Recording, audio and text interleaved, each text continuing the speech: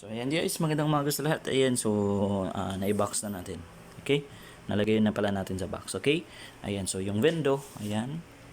And then yung susi po ito ng susi ng vendo. Okay? Yung dalawang 10 meters na cat 6 line cable. Okay, yung syempre yung Compass EW73. Ayan. Ayan, ito yung coin box. Ayan, nalagay yan sa loob. And then yung syempre yung 2x3 na tarpaulin. Ayan, so ayan. So again po, shipping ito bound to Bukidnon. Okay, pang-apat na po na order ng customer natin from Bukidnon.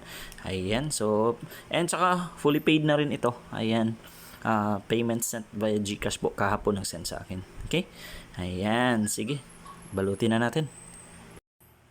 So ayan, so tapos na natin nabalot na natin. Ayan, so ready na ito for shipping. Okay, padala po ito via bus po, bound to Maramag. Okay, Bukidnon po. Okay, again po, suki natin from Bukidnon. Okay, ano niya, pang-apat na order niya sa akin kasi meron siyang isa pinayo sa akin, pero at least count na natin na pang-apat na to na Wi-Fi vendor na order na customer natin from Bukidnon. Ayan, so ito na sir. Ayan, ready na ito for shipping ngayong araw.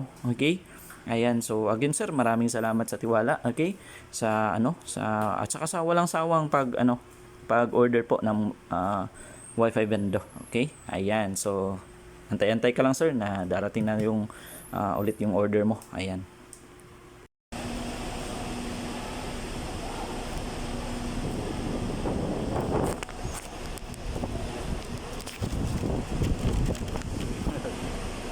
So ayan, hello guys, magandang umaga sa inyo. Ayan, so na-ship na natin yung Wi-Fi vendo. Ayan, so ayan, yung bus papuntang yan, Maramag.